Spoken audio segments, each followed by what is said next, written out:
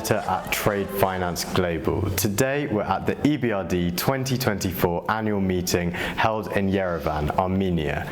Today has been filled with some great discussions, but we're here to talk about Rudolf Putz, the outgoing head of the Trade Facilitation Program at EBRD, and Shona Tatchell, incoming head of the Trade Facilitation Program, and take a look at the very interesting history and future of the EBRD's Trade Facilitation Program.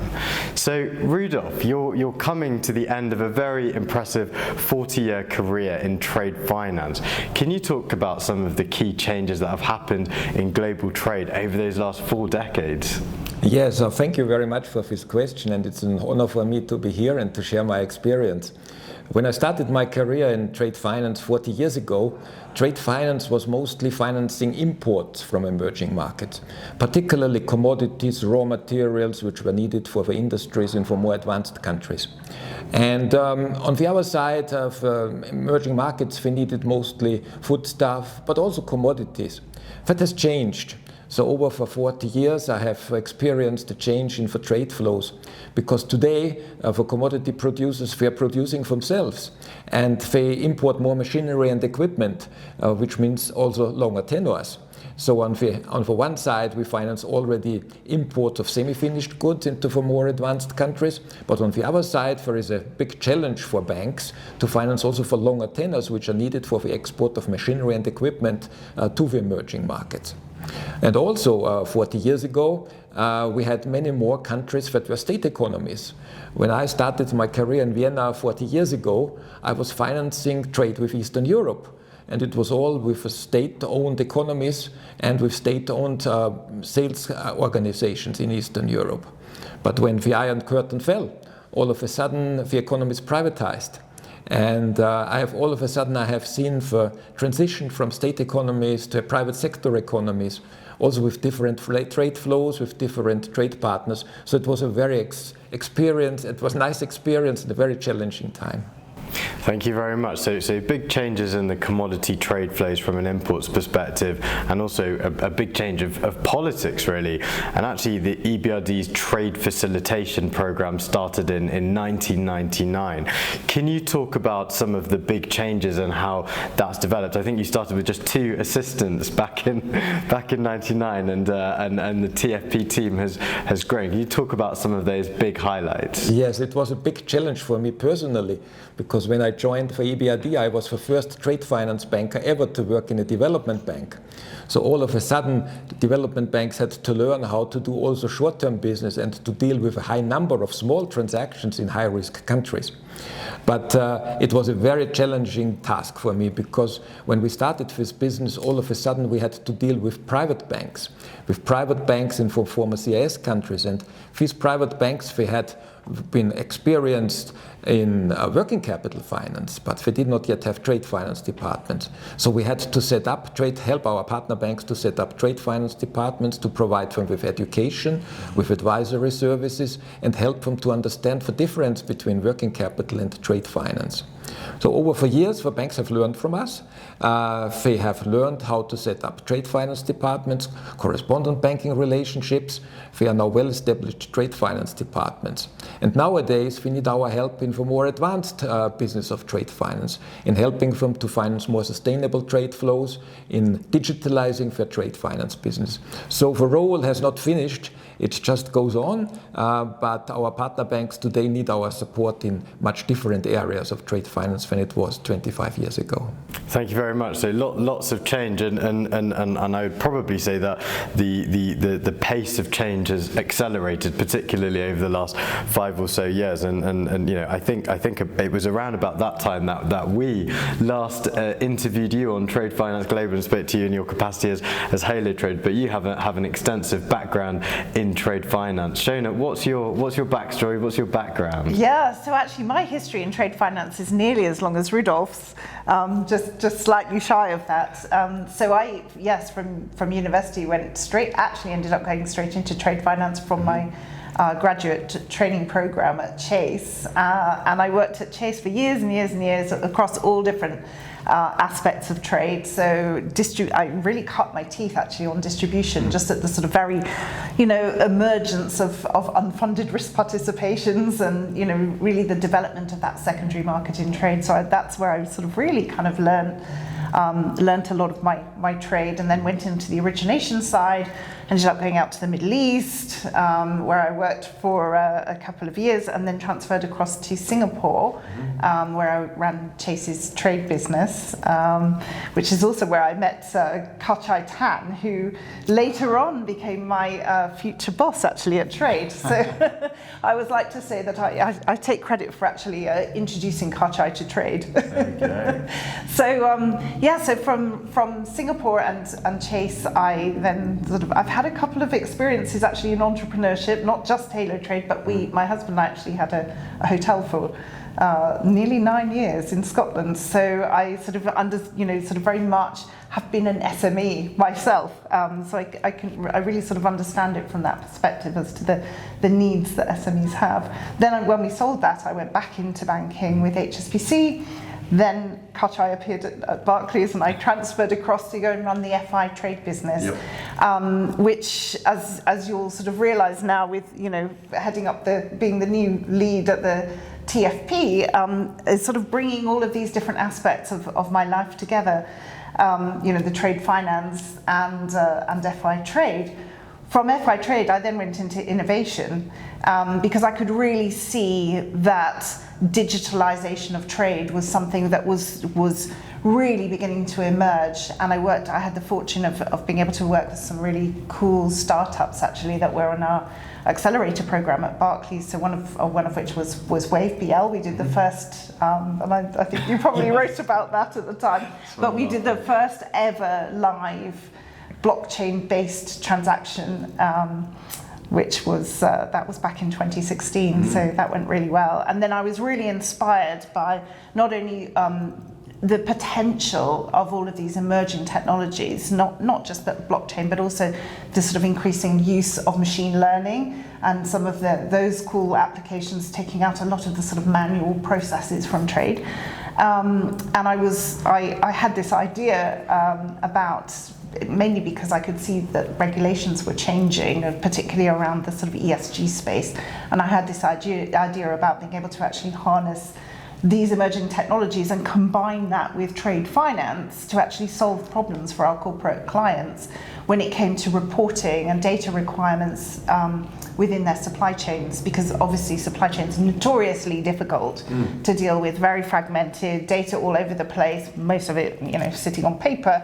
And the ability to actually be able to bring all of that together and make it available for financiers to then decide how and where they could inject, potentially the types of trade finance that, in fact, the TFP is already very practiced at, and the other multilateral development banks are also sort of very active in sort of to incentivize and just engender this whole sort of ecosystem of sustainable trade. So that's when I set up and with Barclays' help, inside Barclays actually incubated Halo Trade, and then we spun it out.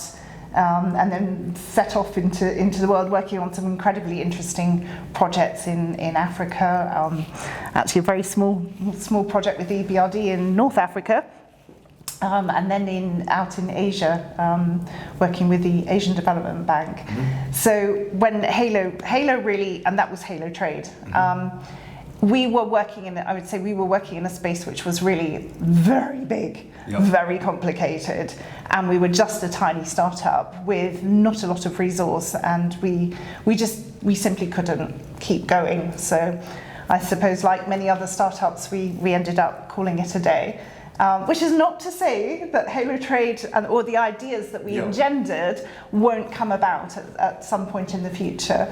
I hope they do. But what you can see really is that this sort of coming together, these were two more strands of my life that have come together. Digitalization and sustainable trade have also come together in this role at TFP. So for me, I have to say, it feels like the perfect role for me.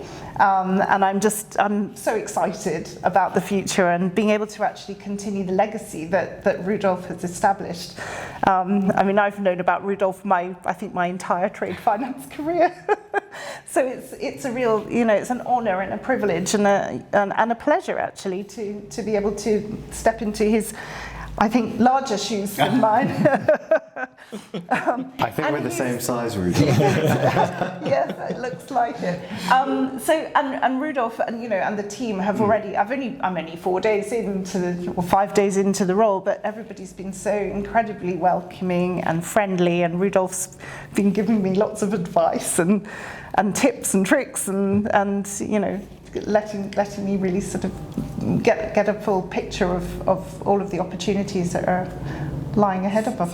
Thank you very much. So, experience in trade distribution, origination, sustainability, trade technology as well, and having also worked in a hotel restaurant before, you do get some very, very, very important life experience. Yes. There. So, no pressure, but 4 days into the job, what are your main objectives for the TFP team moving forward? So, I mean, it probably won't surprise you to hear that digitalization and sustainable trade are very, very high on my agenda.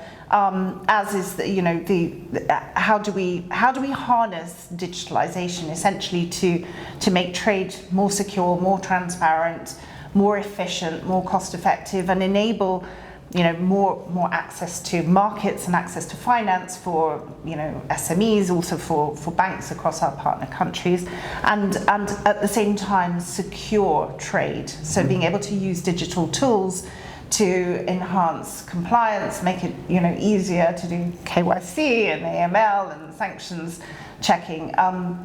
And as well as being able to actually source and verify and deliver the data that is needed in order to actually make supply chains smarter and safer and greener.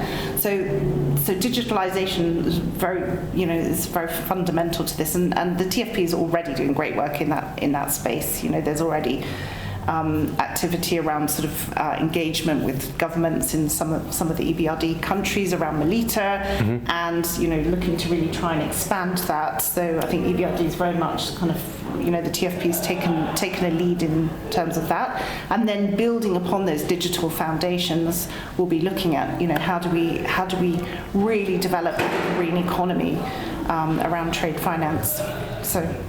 Thank you very much. Yes, enhance, expand, secure. Those are my key words. Secure. Thank you very much. And no easy task. It's been tough for the trade tech and the sustainable trade finance industry in recent years. And with those challenges that we see at the moment in the market, Rudolf, do you have any tips and advice for Shona as she steps into your big shoes?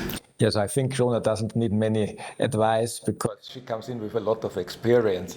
But perhaps to summarize my experience is for conclusion of how important partnerships are in trade finance. And it's partnerships between banks and importers and exporters on for one side. On the other side, also partnerships between banks, because without correspondent banking relationships, there is no trade finance. But also there is another dimension. It's increasingly also the importance of commercial banks and international financial institutions working together. There is a partnership and a close partnership between developmental financial institutions like the EBRD with issuing banks, with confirming banks, but also with trade finance associations. And we all work together in a community, and we invite other partners to co-finance with us, export credit agencies, insurance underwriters, investment funds.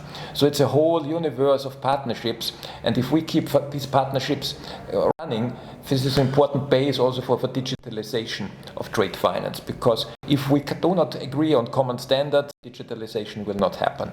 So I strongly invite all our business partners and banking partners to co-finance, to cooperate with each other, and to find a common language which helps us to achieve the ultimate goal of a digitalization of trade finance. Thank you very much. Partnerships and agree, incredibly important, incredibly complicated and nuanced, but important.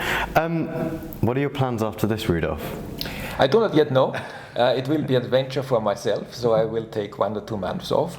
And I hope that we will soon meet again. I do not yet know where, I do not know for whom I will be working, but I hope that I will be able to continue my career in trade finance and also working together with Shona.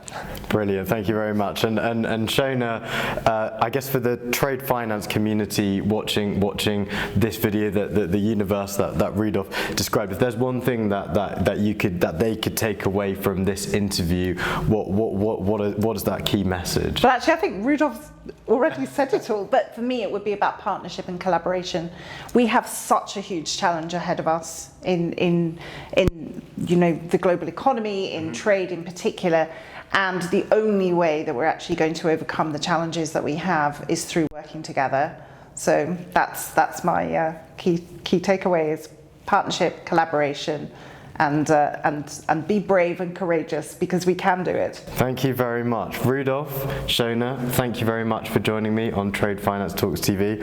I'm Deepesh Patel, the host of Trade Finance Talks, and here we are at EBRD's annual conference and Trade Facilitation Program conference held in Yerevan, Armenia.